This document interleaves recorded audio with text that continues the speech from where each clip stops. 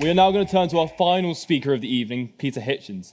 Peter Hitchens is a journalist and author, currently a columnist for The Mail on Sunday. He's been a resident correspondent in Moscow and Washington and has visited 57 countries on assignment, from North Korea to the DRC. His latest book, A Revolution Betrayed, is about the destruction of state grammar schools and the resulting effects on the education system. Peter, the floor is yours.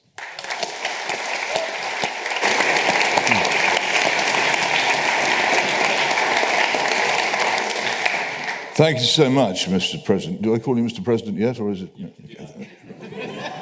I get these things right. I'm trying to remember that point of information I was going to come up with. It's so good.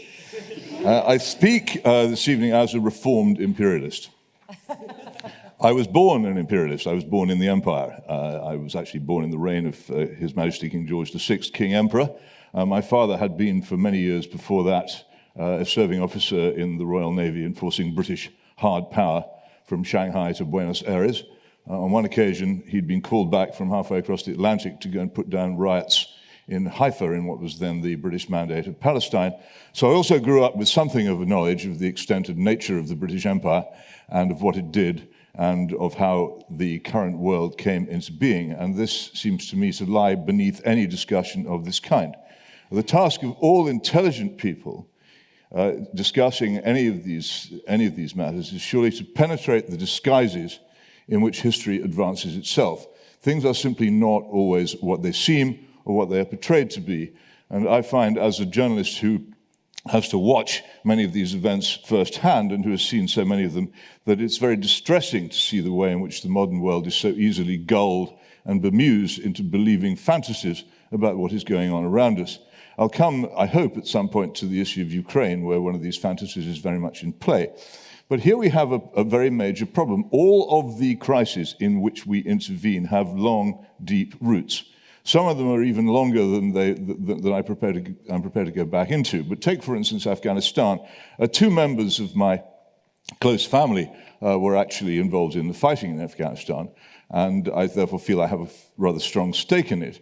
But what we have to realize here is that the crisis in Afghanistan, which we supposedly went in to sort out, was largely the result of the efforts of Zbigniew Brzezinski, President Carter's national security advisor, in creating the Mujahideen forces in Afghanistan to drive the Russians out. The very same Mujahideen forces which we then found ourselves confronting as our bitterest enemy. There's an excellent film, both very funny and very intelligent, called Charlie Wilson's War, in which this absurd process is actually described in some detail, and it's very educational for anybody who can really wishes to stand up and say that the West intervened in Afghanistan for moral reasons. Our policy in Afghanistan is catastrophic, has been for many years, because it is one of those places where, during the Cold War in particular, the superpowers competed for influence. Where my relatives were fighting in Helmand, there were American canals built in the year 1949 as one part of intervention. Until not very long ago in Kabul, now a place of veils and burqas and grim Taliban censure. Women wore the same sort of clothes that they wore in the West and lived lives very similar to those in the West before these interventions got going. I have personal experience of a couple of interventions. One, I was present in Mogadishu in the night when the US Marines arrived and George Bush Sr.'s attempt to sort out that disastrous country, one of many. What I learned there was, again, this had at one time an extremely prosperous and settled country. It now has a huge diaspora of highly intelligent and educated people who can't live there anymore because of the disastrous interventions by East and West to try and take control of it, and has sunk from the level of say, a highly civilized city in Mogadishu to a very, very dangerous slum. And I saw that. It was also in Baghdad in the months after the Blair Bush intervention. And again, what you saw in Baghdad was catastrophe, the higher catastrophe imposed on a country already in severe difficulties thanks to idiotic Western sanctions, resulting in greater and greater chaos. The ridiculous, yes indeed. I'll try and speak up, hopefully you can hear me. I can so far. On that point of idiocy, and noting also Yasmin's point of policy framing not surviving contact with reality, do you not find that the term Western intervention discussed in this debate is so inherently unstable, so normalising, and so contested that ultimately we will be unable to come to any meaningful conclusion whatsoever?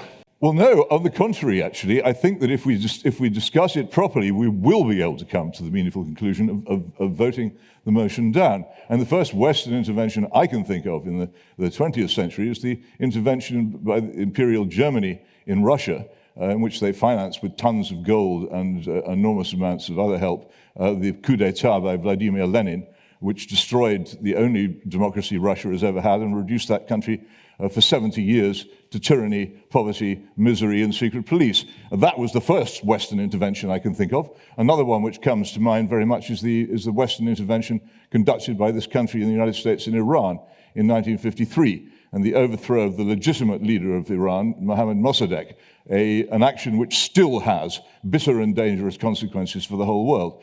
Our intervention in Iraq, of course, follows the British takeover of Iraq as a post-World War I mandate in the 1920s, and their misgovernment of it, our misgovernment of it during that time. These things go back and back and back. That is what intervention is. And we occasionally hear, and we're bound to hear this evening, about Rwanda, that horrible massacre which everybody says we should have intervened to stop. Well, if we are so concerned in the Western world about such horrors, why didn't we intervene to stop it?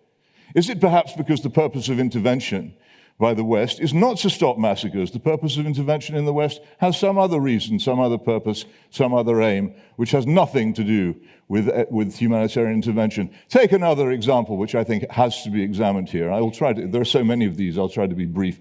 There was some time ago an event called the Arab Spring, in which it was believed by many people in the West that we were about to see a birth of democracy and freedom in the Arab countries. Well, here's the thing. When democracy and freedom arrived in Egypt, as I witnessed, the main beneficiary body was the Muslim Brotherhood, a group of people who were not approved of at all in the West. They did not desire to see Egypt ruled by the Muslim Brotherhood. So, good heavens, what happened? The Egyptian army intervened and removed the Muslim Brotherhood very undemocratically and brutally from office, and massacred people in the streets of Cairo on an absolutely astonishing scale, barely reported in this country, so as to frustrate the very democracy we had claimed to be in favor of. What is this rubbish? What is this rubbish? We simply do not have a clue what we are doing, if what we are doing is what we say we are doing. If you have a genuine and heartfelt and decent animus against the mistreatment of people in faraway countries of which you may know something or nothing, I don't care. If you have that, then you must consistently apply it. If you do not consistently apply that outrage, if you do not act to stand against it and prevent it where it happens, then it is not a reason for your action, it is a pretext. Yes, indeed. You mentioned the Arab Spring, you mentioned that we should always do this, always intervene no matter what. But a lot of things happen, logistics, money, support. But I ask you this, would you have said that the US and the Western countries should have done nothing when Gaddafi's murderous troops and tanks rolled on Benghazi ready to slaughter an independence movement? I don't need to argue whether we should do nothing. You need to argue whether we should do something. We're not in a... I'm not in a position personally to do something, although as I have pointed out, and I stress it because it's important, close members of my family have been in harm's way on these episodes. So I do have a stake in this. I'm not in a position to say to them, go and risk your lives, go and risk having your limbs blown off and your intestines strewn over the ground for some idealist standing in a balcony in Cambridge. I haven't got that right. It doesn't exist. If you really seriously want to send people on these expeditions, I suggest strongly that you need a more consistent, well-worked out, historically informed, and frankly decent belief in what it is that you want to do. Now again, if we actually had managed to achieve the modern liberal democracy which we claim to want in Afghanistan, and it elected a Taliban government, which immediately voted to impose the burqa and all kinds of other Islamic strictures on that country, what would we do? Would we say, congratulations on your democracy, you get on with doing that? Or would we say, no, actually, you can't do that and intervene again? Is this consistent? Of course it's not. It has no consistency. That is why I say it's a pretext. Now, an awful lot, I have to finish with this because it's a point which I almost alone make in this country, and it's so vital that people at least hear it made in a country which has almost entirely ceased to debate anything adversarially in the past few months. In Ukraine, we are told that what we see is a brutal Russian invasion of Ukraine. And indeed, we do see a brutal Russian invasion of Ukraine. No question of that, one which is indescribably filthy and which nobody can defend. But did that invasion simply come out of nowhere? Well, no, it didn't.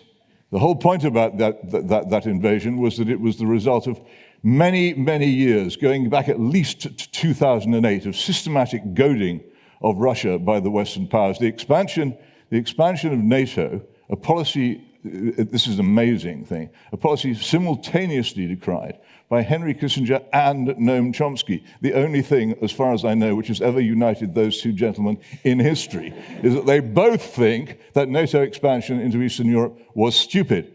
Even Robert Kagan, probably the most aggressive hawk on the Russian issue in Washington, has written in Foreign Affairs that the Russian invasion was provoked. Why was it provoked? Well, it's an interesting question, and we haven't got time to discuss it. It's another debate. But the point is, the roots of what happened in February this year lie much further back in other things. And where we convince ourselves that what we are doing is making humanitarian invasions, we are often buying stories sold to us by politicians who have other things in mind. And that, as I say, is why we tend not to intervene in so many places where, if our policy truly were humanitarian intervention, we would intervene, and why we also intervene in several places where it obviously isn't humanitarian. I offer you this because it seems to me to be vital that we understand that in many cases what we are being asked to do is to approve of ourselves.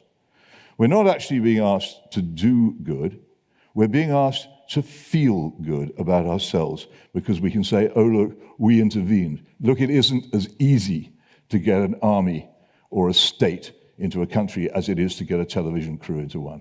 In fact, it's 3 million times more difficult. And when you get there, you have to stay. And for how long are you prepared to stay? And whose brothers, sisters, sons, and husbands and fathers are you prepared to send there? For how long? To die in how many numbers so that it can be done? If you genuinely believe all that stuff, then that's fine by me. If you're gulled by propaganda, then I'm sorry for you, and I really do think that if you come to an institution like Cambridge University, you ought to know better. But whatever the truth is, an enormous amount of supposed humanitarian, benevolent intervention in the world today is dressed up as that, when it is in fact something else. And that is why I very much urge you, I have finished, I very much urge you to oppose the motion. Thank you so much.